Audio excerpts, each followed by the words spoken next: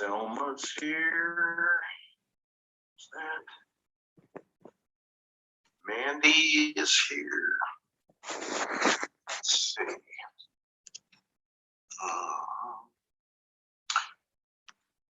Diana yet. Sebastian just came in, so that's there. Lorraine, not yet. Yep, Diana come in. Let's see. What else am I missing? Lorraine, not there yet. And Jen, not there yet. All right, we'll wait just a minute or so and see if the other two get in. How's everybody? Good. Good. How about you? Good. There you go. Isabel's got a yellow thumb. All right. Let's see. Sebastian, yellow thumb. Lupe, yellow thumb. How about Arpod? Arpod, are you there? Selma. All right, Ariana. Arpod. You there? Yeah. Cool. All right. Mandy, are you? Oh, Mandy's got a yellow thumb there. We good? All right. Well, I'm going to assume that nobody's in terrible shape. And we are going to go ahead and get going here. I do have two people I think I'm waiting for. But I guess we can probably just start off by asking if anybody has any questions based on the things that we had talked about on Tuesday. If you've had an opportunity to go out and look at the website, which doesn't have a whole lot on it, or have had the opportunity to go back through the syllabus. Any questions? Hello, Jen, see you there. Sebastian's there, okay, great. I love to see faces, you know. But I guess I'll have to go with just me and these two. Anyway, any questions? All right. Then I will assume we're ready to move on.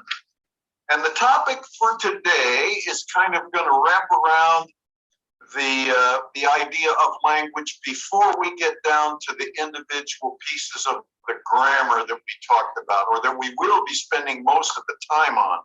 So before we start worrying about the sounds or the words or the sentences and their structure or what things mean, I'm going to talk about the idea of language just a little bit to start off. And what I want to do is I'm going to use a tool that I use occasionally. And it's called the mind map.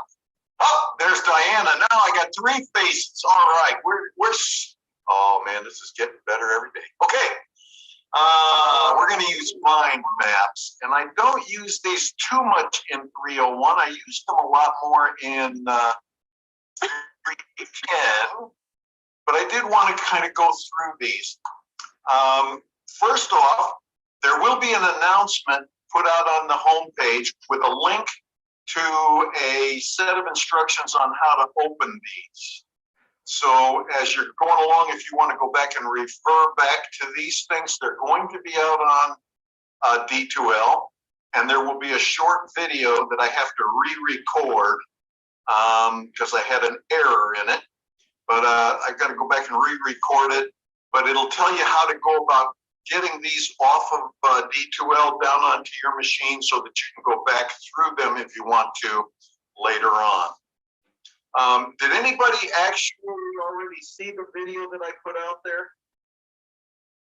I did. I was gonna ask you about it because I couldn't really find it on like the video you posted, but maybe that was just me. Okay. Well, I put the announcement out there and then I took it away because I had made a mistake in the video. The video said we were going to have take-home tests, but that's not true. So what I want to do is I will redo the video and repost the announcement. You should be able to click on it, go out and get the video and run with it like that. But if you did see that, that was a mistake on my part because I was thinking about 310 and they do have a take-home test. So make sure you realize that we're going to have in-class tests for this course. Otherwise, let me just kind of give you an explanation of these. I like these a lot because I'm kind of a visual learner and I need to tie things back to what I'm seeing, not just hearing. And so I find these to be a really good way to, for me anyway, to organize information, particularly when there's a lot of detail. And so what I do with this is I start up here at about the 1 o'clock position right here with number 1. And you'll find that every time you have these little oval bullets here, that indicates that there's subtopics under there. So for instance, when we start here, you're going to see that, okay, we're going to talk about Daniel's first idea, and then under that, we've got a lot more detail that we could talk about. So it kind of gives you an opportunity to scan through here quickly looking for what you're looking for. As you go around this circle, these are going to be kind of summary bullets, and they expand out each time you hit one of these ovals with additional information. So for me, they work out pretty well. They're going to be out on D2L, and you can pick it up, and it'll run in a browser just basically the same way that I run it here, by expanding these bullets and talking our way around the circle. I'm not sure if we'll get all the way done today, but if we don't, we'll roll into a little bit on Monday. The other thing I wanted to talk about is there is some additional reading now for, I'm sorry, I should have said Tuesday, for next Tuesday. We're going to talk about the history of English next week. So to begin with, let's just look at Daniel's 9 ideas about language. And the first one that he brings up, and most of these are they refer to the idea of language, not just English. I'll use some English examples. I'll probably use some Spanish examples, some Korean examples, but for the most part, this is really wrapped around language. So let's take this first one. Children learn their L1 quickly and largely without being taught. Now that sounds a little strange, I would think. Why is it that I would say that they learn this language or they pick it up without being taught? Any of you guys have kids? Yes. Okay, great. Okay, Lorraine, do you teach your kids how to talk? No, I don't sit there and teach them how to talk. I just talk to them and they pick it up. They're learning to talk right now. They're 1 year old, so. Okay, so they're just now getting started, but you don't sit around and have grammar lessons with them, right? No. Occasionally, when they get a little older, you'll probably say, okay, well, you can correct their grammar from time to time, but you don't spend very much time teaching the language to your children. They pick it up. Interestingly, Chinese children who grow up in a Chinese environment will learn Chinese. But if those Chinese babies are growing up in an English-speaking environment, they don't learn Chinese, they learn English. And so the idea here is that little kids acquire their first language, or sometimes their first language is, because I've had people who had bilingual households, the father speaks English, the mother speaks Mandarin, and the kid learns both. And interestingly, learns how to take advantage of both parents by saying, oh, I don't understand what you just told me. But that's the way kids are. So what do we know about children acquiring their first language? And in case you're not familiar with these shortcuts, L1 stands for their first language. L2 is going to stand for the second language that they're learning. So what do we think about children? How do they acquire that language? Lorraine, you said you talk to them and they kind of just pick it up, right? Yeah, they mimic whatever I say, or they try to at least make sounds. Okay. And when you start using cuss words, some of the ones they'll learn the best are the cuss words. That's the fun part. You gotta watch out around your grandparents for that. But anyway, how do they acquire it? Well, part of it is they imitate. They hear the sounds, they imitate.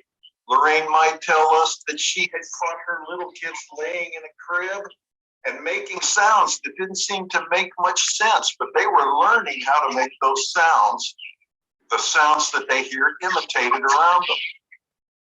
And part of it is exposure. Okay, so I have to be exposed to the language to hear it, to be able to imitate it. Is imitation and exposure going to be enough? What do you No. think, Jen? I don't think so. No, why? Well, I have twins, and I have them in a speech therapy right now, and I could see the difference between both. And obviously, it has to do with one is more exposed to the other one, or like it's just a lot of things. Like right now, like you're talking about that, I can refer to my twins, and the speech is completely different. It's a lot. It's just a lot to explain it. No. It's different. And so they're getting exposed probably to the same thing. They have the same people to imitate, but there's still more than that.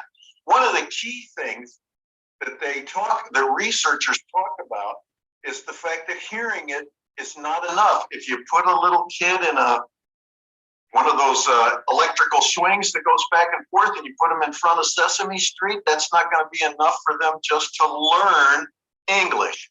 One of the key things that they've got to do is be able to interact. So if you've got really little kids, somewhere along the line, they probably started talking about milk using a word that wasn't milk. And if it didn't work, they would try something else. If it did work, it may be a while before they actually change over to a regular word. But the idea here is, yes, they learn it from imitation. Yes, they learn it from being exposed to the language. And hearing is not enough. They need to be able to interact with it to see what works and what doesn't. And then what does it mean to largely learn without instruction? Well, it means parents don't teach their kids the language. What do they teach? Christina, how old are your twins? They are 6. They are 6. And Lorraine, you said yours less than 1 or just about 1? I also have twins, and they're both 1-year-olds. Okay, 2 sets of twins in 1 class. Hey, that's special. Well, let's go to Christina since she's had more experience with this. What do you teach your kids about language? Well, how to pronounce, one of the things. This is so funny because one of the twins, she's like completely talks like way too much than the other one.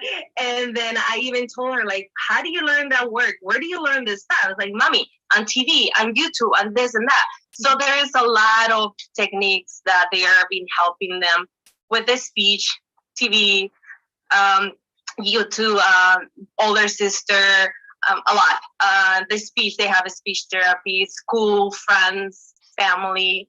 A lot of that has really been helping them with this speech. Okay, great. So they're learning things from all over the place, so we don't have to literally teach them. They figure out how to make sentences over time. One of the things that parents do teach their kids is the social use of language. Things like, tell the nice man you're sorry, say please, say thank you. Those are not things that we talk about with other people, all kinds of different things, but we teach them the social use of language much more than we teach them the language itself. And that's kind of interesting. Now, the big question is, if you're going into being a teacher in elementary school, it doesn't really matter whether it's elementary school or high school or anything else.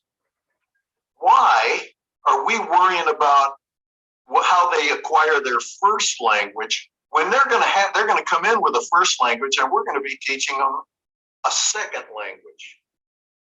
Why would we care about how they acquire the first language?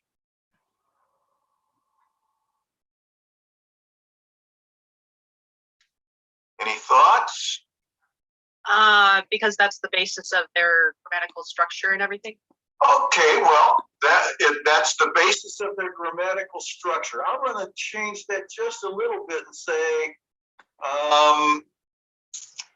they learn those grammatical structures far faster in their first language than they do in a second. I don't know if you've ever talked to a 5-year-old, their English is pretty good, and their English is probably much better than if you were an English speaker and you go out and try to learn Korean and where you're going to be in 5 years.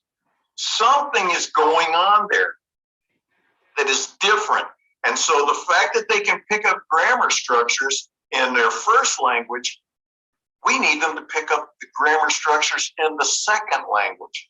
So if you look at a little kid who's a native language speaker, it doesn't matter which language it is, they've learned most of the language rules by the time they're 5 or 6. Not all of them, and they don't know every detail, but they have learned a lot by the time they're 5 or 6.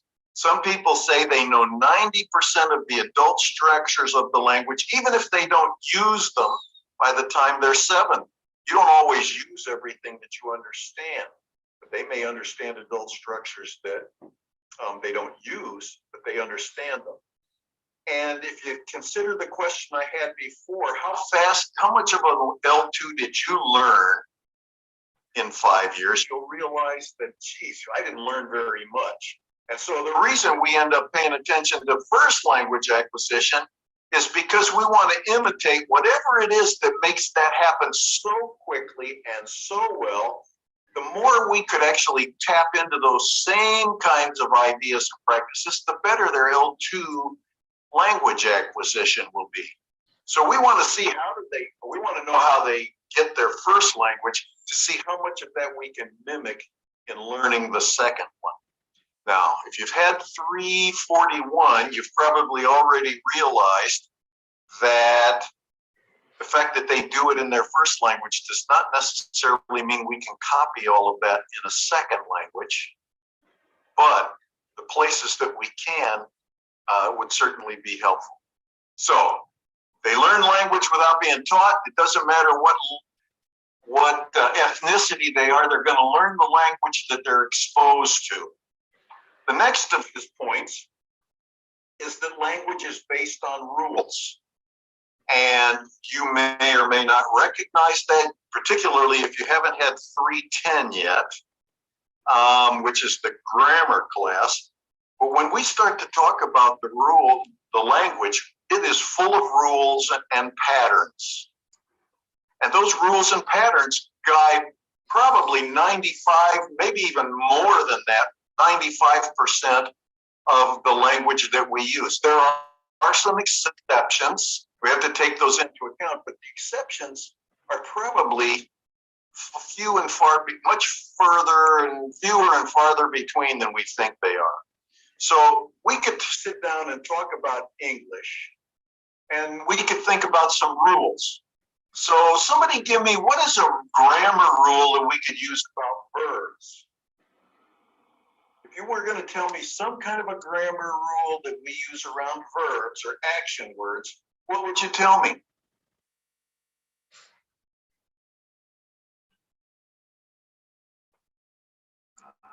Diana, I know you know. Diana.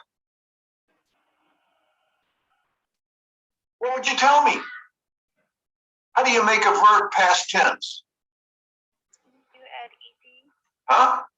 Well, it depends on the tense. You would add ed for most of them, though. For most of them, you would add ed. And we would know that there are some exceptions, right? We know that we would use ed for the past most of the time. We could take any verb in English and look at the third person singular, that's being he, she, or it, and you're going to find that it's going to end with an S. I eat, you eat, but he eats, she sleeps, and it runs. They all end up with the S. So those are just a couple of the two that we could come up with all kinds of rules that govern how we use English. How about some grammar rules around adjectives? No, go outside. I guess I'll start calling on. Get your Lupe, how do we use adjectives in English?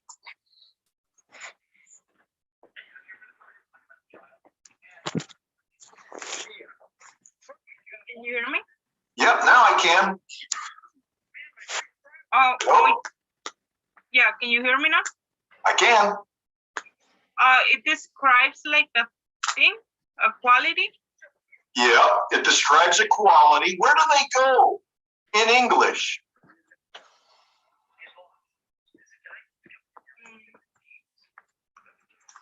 I will say like in the front of another. Yes, in the front of a noun, right? That's true. So they go in front. Do you speak Spanish? Yes. Where do adjectives go in Spanish? In the front of a I can't remember the word right now. I'm sorry. Okay, well, it doesn't necessarily go in front of everything. We could say, oh, I don't know, cielo azul. Which one of those is the adjective?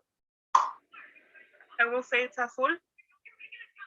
Azul, right? Because it's blue. And it goes after the noun. In English, it goes before the noun, just like you said. In Spanish, though, it goes behind it. In English, we don't have gender, so we don't have to change red from rojo to roja, depending on what we're describing. We don't pluralize it like they do in Spanish and probably, I imagine, French, Italian, and Portuguese as well. And then there are ways we can turn nouns into adjectives like fable to fabulous or beauty to beautiful. So there are rules. Questions? How do we make an English yes or no question? I'm going to say, let us see. Hey, Sebastian, here's one for you. I'm going to give you a sentence, and I want you to turn it into a question. The same basic, using the same, pretty much the same words. I am tall. How would you ask me if I'm tall? Am I tall? By putting R in front of it. Are you tall, right? What did you do there? I said, I am tall. And you said, are you tall? What did you do?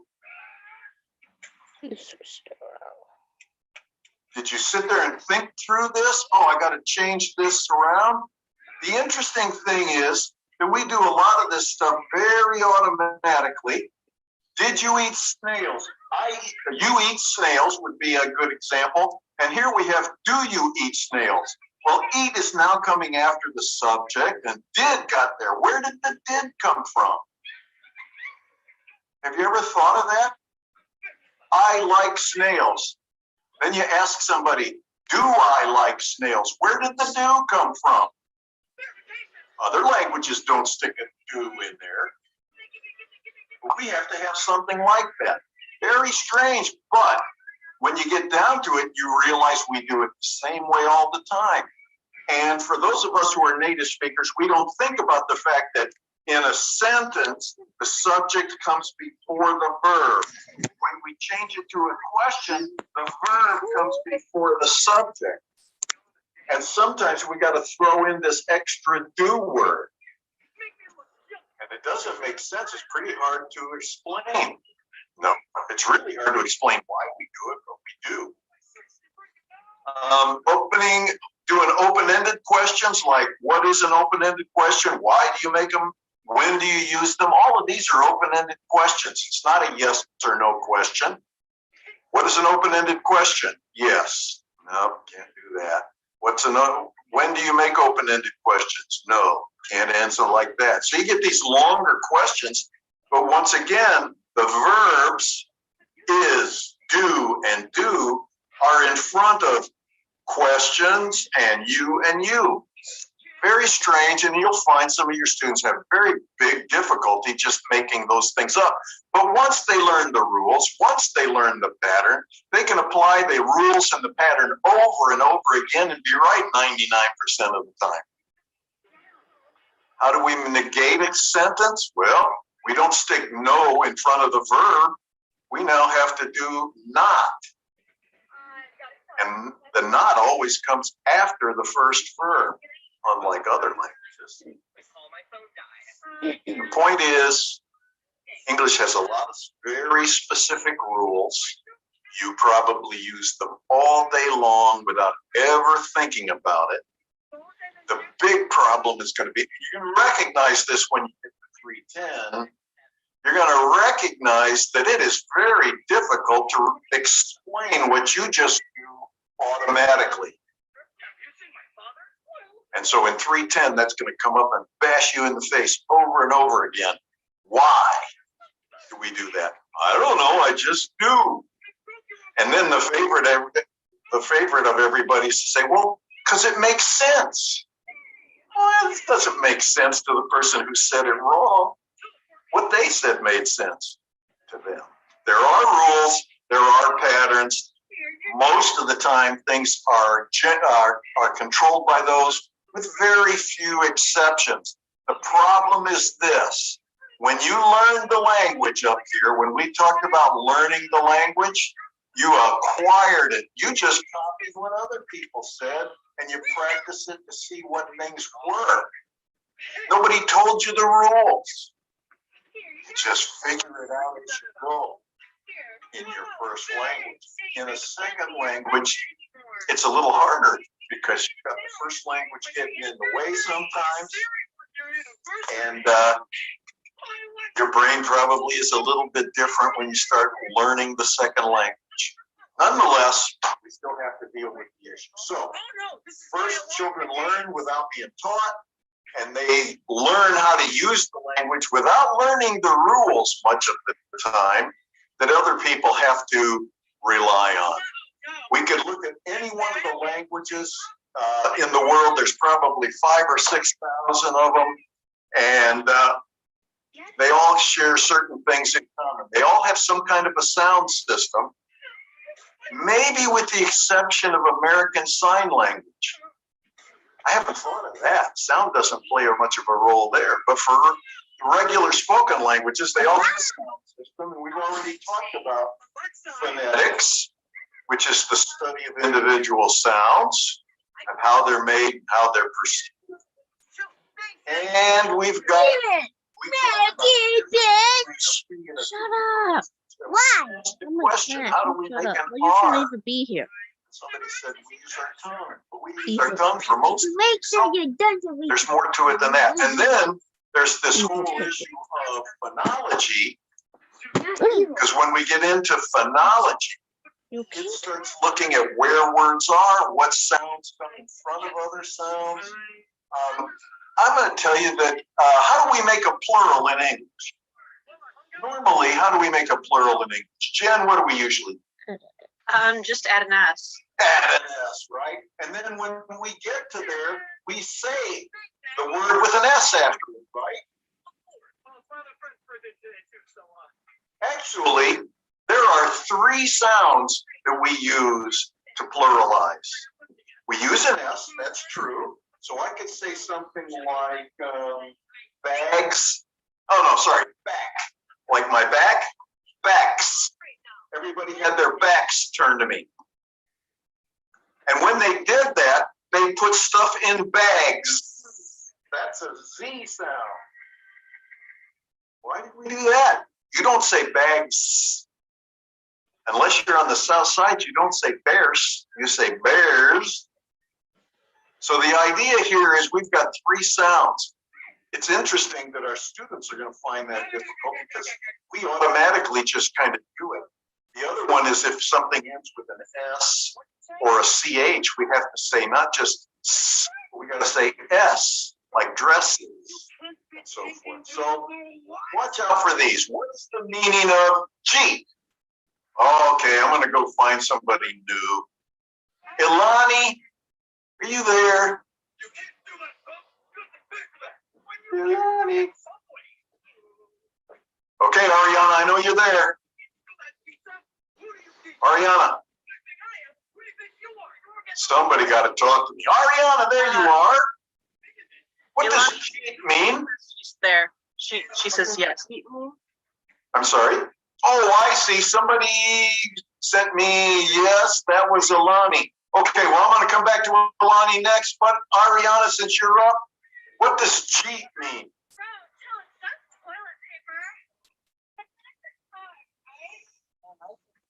You don't know? Okay. Alani, are you there? Do you have a microphone? Can you turn the microphone on?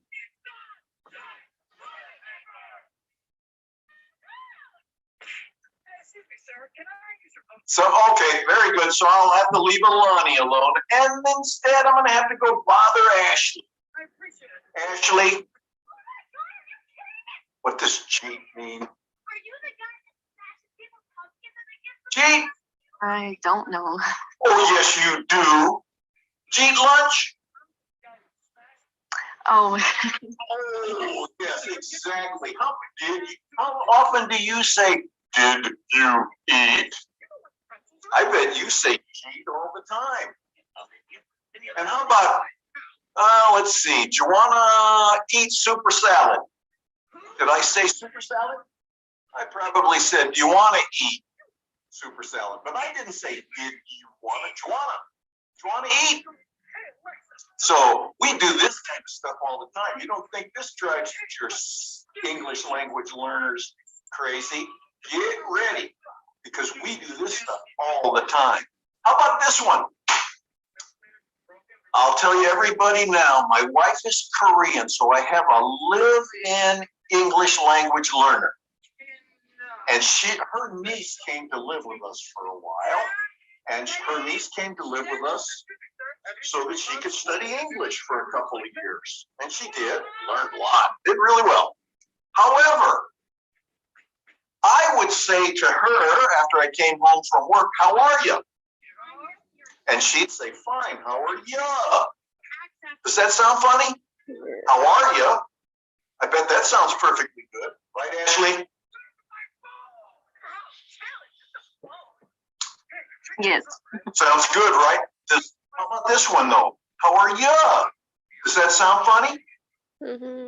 Yeah. Why? You're absolutely right. It took me a year to figure out, why does she do that? We'll talk about it later. But in what we've got going on here is a phonological rule is being violated. We shouldn't say yeah as the accented thing at the end, even though it's a question. It should have been, I'm fine, how are you? But not how are you? But in an attempt to sound like an American, she would use a little bit incorrect. All right, so we've got phonetics and we got phonology. We also have vocabulary. Every language has a vocabulary. And now that we get down to this, we can actually say even American Sign Language has a vocabulary. But there's something weird about vocabulary. The first is we have to agree on what a group of sounds means. Okay? So here's an example. In English, we would say that a bovine animal is a cow. And if we were going to eat the meat of that cow, it would be beef. If I was Korean, I would not call that thing out in my field a cow. It would be amso. And if I was going to eat it, I wouldn't be eating beef. I'd be eating segogi. And if I was in Mexico and I looked at that cow out there, I'd probably call it vaca. And if I was going to eat it, maybe carne de res. But why does that work? How can it possibly work for an American to look at a four-legged spotted thing of about 600 pounds and call it a cow, but a Korean could look at the same thing and call it an amso? The reason is we just have to agree on what those groupings of sounds means. And so the assignment of those sounds to objects is arbitrary. There's no reason why a cow is more of a cow than Amso is a cow. Or that Baka is a cow. The sound assignment to objects is arbitrary. The only thing we need to do is make sure that we agree among all of the speakers of that language. We agree that it means something.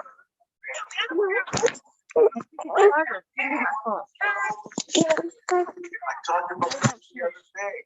Pretty versus handsome, both mean attractive, good to Shut up. nice to look at. That not your bag? But you tend not to use pretty with men, and you What tend happened not to here? use handsome with What's women. this white stuff? And if you have a big brother, that's one thing, but a large brother is something else. Much like having a little brother is a younger brother, but a small brother, you don't know how old he is, it's just talking about size. Even though big and large mean the same, or little and small mean the same. So we've got synonyms with different connotations. So even then, we've got to deal amongst ourselves. And then a grammar system, the rules have to be agreed to. I could ask you, does the dog bit the boy and the boy bit the dog mean the same thing? No, it means something very different in English. But if we were to translate that into Latin, it could work either way. Because they'd have little markers on the words to say which was the object and which was the subject. In this case, the dog bit the boy. If the boy was the one that was doing the biting, it's like the object is first, then the verb, and then the subject. In English, the way we do it, it's usually subject, then the verb, and then the object. But if I went to, I don't know, if I go to Tennessee, I can ask somebody, I love you. Or I can say, I love you. Does that make sense? Sure. Subject, and the verb, and then the object. But how about if I say, I you love? Would you think that was rather strange? I you love? Where I've got the subject, and then I've got the object, and then I've got the verb? Well, we probably find that rather strange. Go to Korea, however, and that's the way it would be done. The translation would literally be I you love. The verb comes at the end. How about this one? I go to school. I school to go. I school to go. Once again, I go to school is the way we would say it in English. If I translated it to Korean, it would be I, and school to, that would become one word, and then have go at the end. And we probably even see this in English sometimes, different ways that people speak English. Most of the people I know say he is happy. A lot of the people I know, however, in regular conversation would just simply say he happy. And in Russian, we would just say he happy. They leave the is out. And then there are some of the same people who might say he happy would also say he be happy, but it means something very different. So the idea here is we all have to agree to what the rules are. If we have different sets of rules, we're going to misunderstand each other. And once again, those rules are arbitrary. As long as we agree to them, it's perfectly good and we call it good grammar. But if we don't disagree or we can't use the same rules, we're likely to have a lot of miscommunication. So we got to take into account the idea that languages are based on rules and languages have three parts. The next of the rules, number 4, everyone speaks a dialect. Hey, I'm going to go back out to this. Here's a dialectical difference. Okay? He is happy and he happy. I'm going to tell you that those mean the same exact thing depending on the dialect of English that you speak. Well, we can both understand he is happy and he happy. We can both understand that. So those are two dialectical differences, right? So everyone speaks a dialect.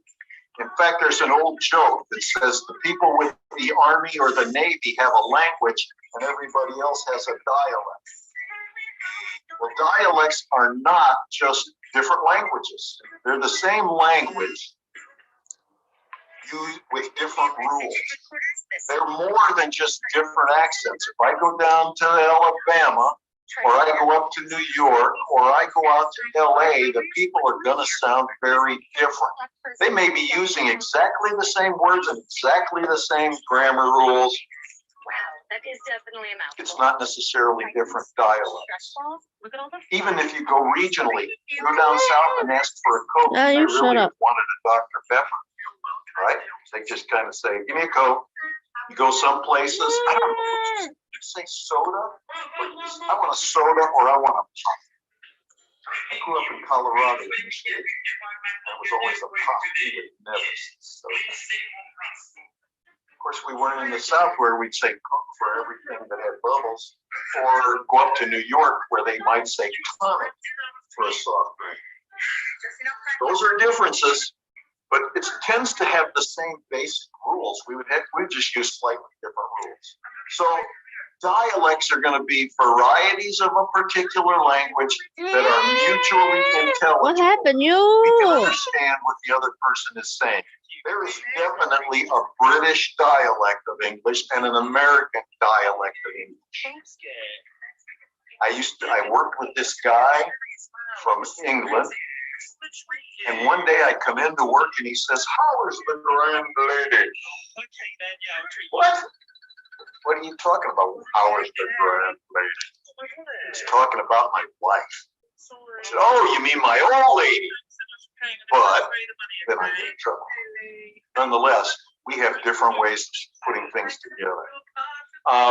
Sometimes pronunciation does play into it, but not enough to call that necessarily the different dialect. If you go up, I suspect you go around Boston, you will hear somebody say the robber got caught, but everybody else says the robber got caught. And some people can say these three words differently. I can't. I know I can say Mary and Mary, and I think this first one would be Mary, but Mary and Mary are always going to be the same for me. Other people speak them differently. Words might vary, like Coke and Pop and soda, or how about this one?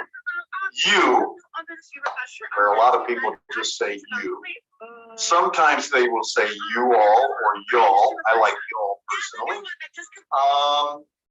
But there are other places that say use, as in use guys. I'm going, that one drives me nuts. Hey, that one. And my father always called a drinking fountain a bubbler. I have no clue why. And all the time I was growing up, wondering I didn't get ostracized from society, calling a drinking fountain a bubbler. But we do I that. don't want juice And the to grammar this. rules vary. So we may get some pronunciational variants. We get some word variants. We get some grammar rule variants, like he rich and he is rich, or she be complaining versus she is always complaining, or I don't want nothing versus I don't want anything. Different dialects oftentimes use these things differently. And variations can be found in lots of different places. Geographical differences are there. New York, Dallas, and Toronto all sound different. Different educational levels.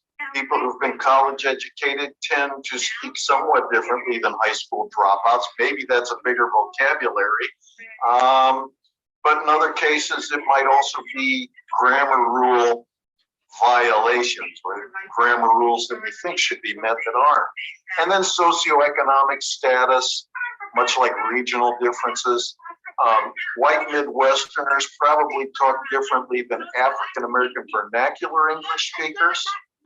And white Midwesterners also sound different than white Southern whites English, which might also be closer to the Ave over here than it is to Midwestern English. So we've got variations all over the place arising from different things. But everyone speaks a dialect, okay? And dialects may have a common starting point, but they move apart. That's typically what happens. and they change differently over time. So one of the things that happens is when a language separates from its main base, it may stay That's closer so to the funny. Shut up, original Ed. than the one that remains as the main language. So here's two examples. I'm told Stop. Canadian sounds more like the French of a couple of centuries ago than the French that you hear in Paris. Why? You shouldn't even The be language here. didn't Move. change in the same direction. There is a language called Ladino, which is spoken by people somewhere, I think in Turkey or Greece, perhaps. But it was the Spanish Sephardic Jews who were kicked out of Spain. They were taken in by the Ottoman Empire. What are you stabbing me with, man? What Continue is to this? stay in a cluster still What is today, this? and they speak a language called Ladino, and Ladino sounds very much like the Spanish that was spoken in Spain when they were run out of town. So they start off in a common place. Typically, they change differently. They may change more or less. But dialects are oftentimes also a very important matter of personal identity. People hold on to the dialects that they speak. They don't want to be pressed into speaking something else. And unfortunately, one of the bad things about this is we typically have prestige forms of a dialect. Some dialects are treated well, and some dialects are treated poorly. For instance, I'm in class right now. You're so funny. for example, so is New York. Somebody in New York may like New York English better than they like Chicago English, and they may both like that those two Englishes better than they like Southern English. You get into the South, and then they just kind of think like, people who speak like that, it must be stupid. They don't sound right. So we have prestige forms for the people in the North, it's Northern dialects, and for people in the South, they hate Yankees. So hey, their dialect is better, and they like it that way. Nonetheless, depending on socioeconomic factors, that play into the options that people have. But at the extreme, we all have our own idiolect. And an idiolect is kind of like a very individual dialect. Things that you say that maybe nobody else says. My father, my father used to always say, "What is that deal?" When he meant, "What is that thing?" And I called it a hooky doogie. So we get into words that nobody else uses. That's kind of an idiolect. It's not an idiot's dialect. It is an individual dialect that you use. Number 5, speakers of all languages use different styles. You know this. This is one of the things I think that parents teach their children, whether they mean to or not. But another common language component is that we say the same things in different ways depending on our situation. For example, No. Evil. yeah versus yes. My father hated me if I responded to him. Because of F words, and He thought I was being a smart aleck, or I was being disrespectful. Expected me to say yes, particularly if I was getting yelled at. I was not to say yeah. Or how about this one? You talk to somebody and say, "How you doing?" To somebody else, you may say a little more formally, "How are you doing?" And then you may actually, on a very rare occasion, perhaps when you're meeting somebody else and you're trying to be formal and polite, you might say something like, "How do you do?" Well, all three of those are basically the same thing. In America, you ask somebody how you doing, you're not really asking them, you're expecting them to say fine. Not the same everywhere, but in America, that tends to happen. Even when somebody's sick, "I'm okay." Stop! Fine. I'm gonna nibble you on it. Um, Stop! You'll answer. Oh, look at that. The idea is how you Lucky doing man. is a little less formal than how are you doing versus you probably would never go up to one of your friends and say, how do you? How about this one? Please be quiet versus shut up. I think those are different. Mean the same thing. One's less polite, far less polite. So why do we do that? Well, we've got social rules, and as I mentioned before, a lot of what parents teach their children is the proper way to act in society via language, and they teach things like say please, say thank you, tell the nice man you're sorry, blah blah blah. Don't talk about toilet stuff. My father's rule was don't never ask a man how much money. I don't know where he came up with that, but that was his. And so we find ourselves also in different situations where we can be intimate with people we're very close to, casual, with people we're also very comfortable with, consultative when we're being asked opinions and we're given advice.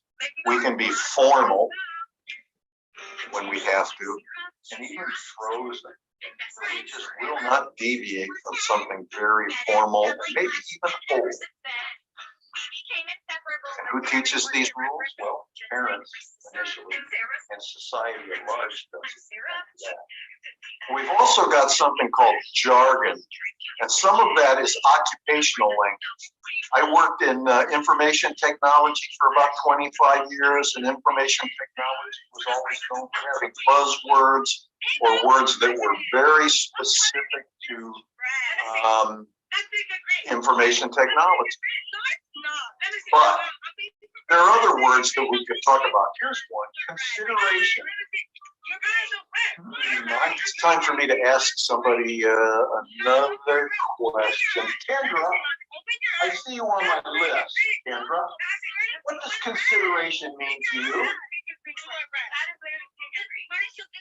I would say, well, I think of like taking other people into consideration, so being like thoughtful of others. Okay, so that's a great way to say it.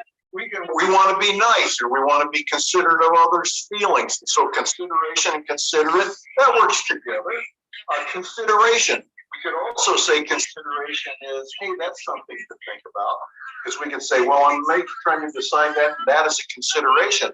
But if you get into a legal environment, consideration is something that's very different. It's a legal term that makes a contract valid. And it has nothing to do with two considerations that we talk about. In normal case, just what Kendra said would be great. In a legal sense, it means something different. We're going to see something like that when we talk about inflection. So let's see who's going to be bothered this time. Arpad, what does the word inflection mean to you? It's like your personal like you, or not viewpoint, but like how you like not view something, but like your inflection is like yours. Okay, that's an interesting thought. Okay, so that's one. There's another way we use inflection very commonly. So Arpad has your feelings about something. Cynthia, what else is inflection?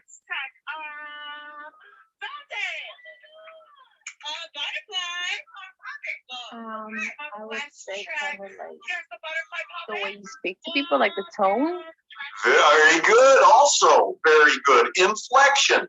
So if we're talking linguistics, we're talking about language, and inflection that we might use there is kind of like when we raise the accent of a sentence at the end to ask a question.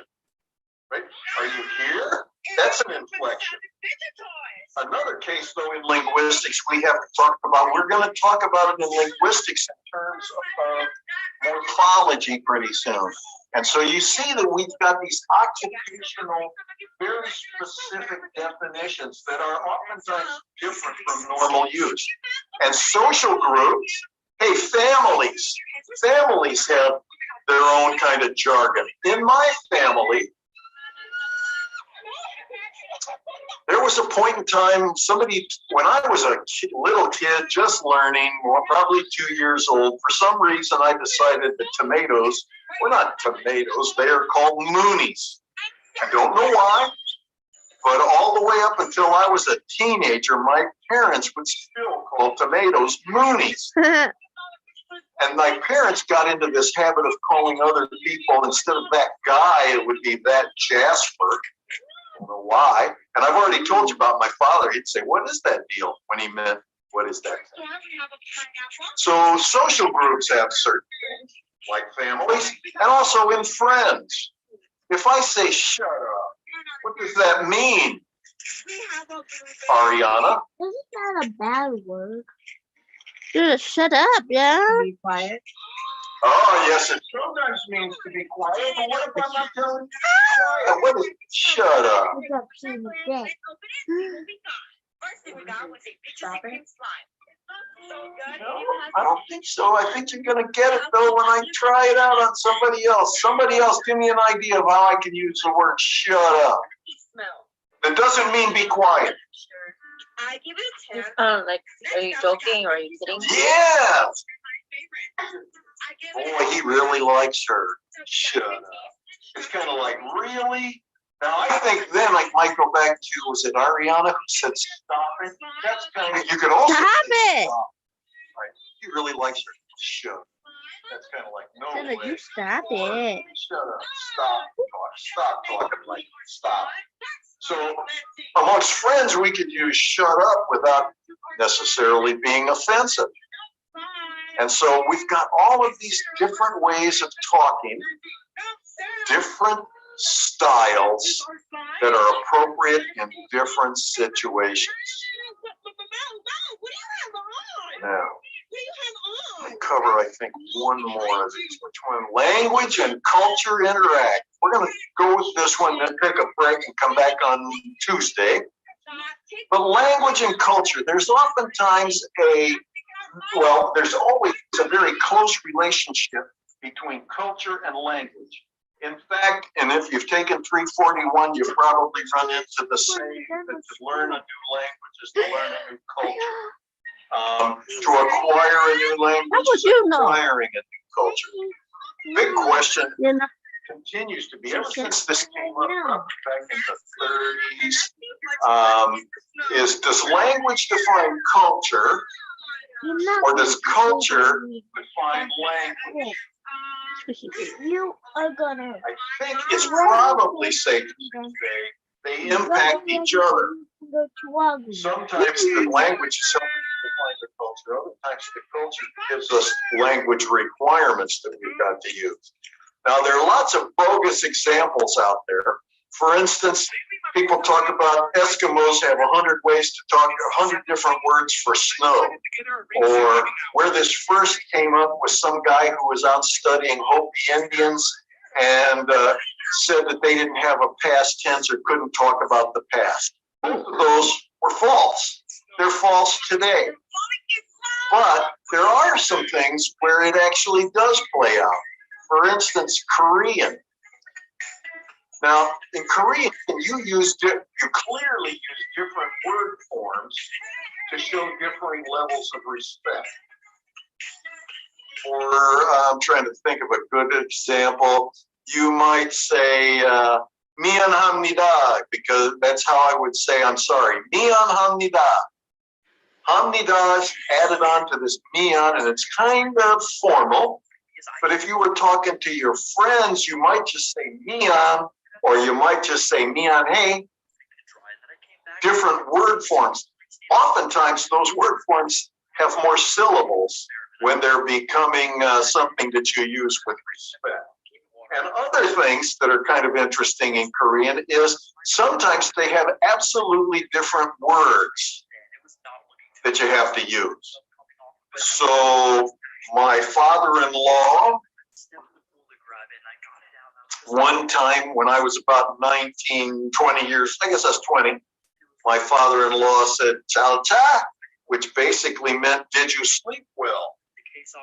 huh? I turned around and said, "Yes." And then I said, "Chao cha." And my wife about had a henny because I was not being polite. There was another way that needed to be said, and it certainly wasn't the way I said it. So in this particular case, we have culture that actually kind of dictates various parts of language use. And it's very much the same with us. We just don't think of the rules being quite as, probably as striated or quite the same formality of levels that you might in other places. The idea here is you really can't get away from another country or another ethnicity's culture without dealing with their language, and these two things kind of interact. All right, so I've talked for a long time, and I know you're probably getting bored, so I'm going to stop right here. We're going to cover 6, 8, and 9 when we get back on Tuesday. And then we're also going to launch into the history of English. Now, I do this partly so that we can go through a lot of the reading without having to have the books, because people sometimes are a little bit late to get the books. When we get into week 3, we're going to be launching into phonetics and phonology. So for right now, we're going to cover some of this background stuff. I am going to just kind of walk out from now, stop here, and allow you to ask me any questions that you might want to ask. Or if you don't have any questions, you're free to leave and have a good weekend. That fast. But whichever one you like. So I'll wave to those who are leaving, because I can't see most people. But if you stick around, I'll be more than happy to answer any questions that you've got. And hopefully I'll be the last one to leave. Bye. Have a good weekend. Thank you, Professor. Okay, you guys have a very good weekend, okay? Alright, guys. You done? Yay!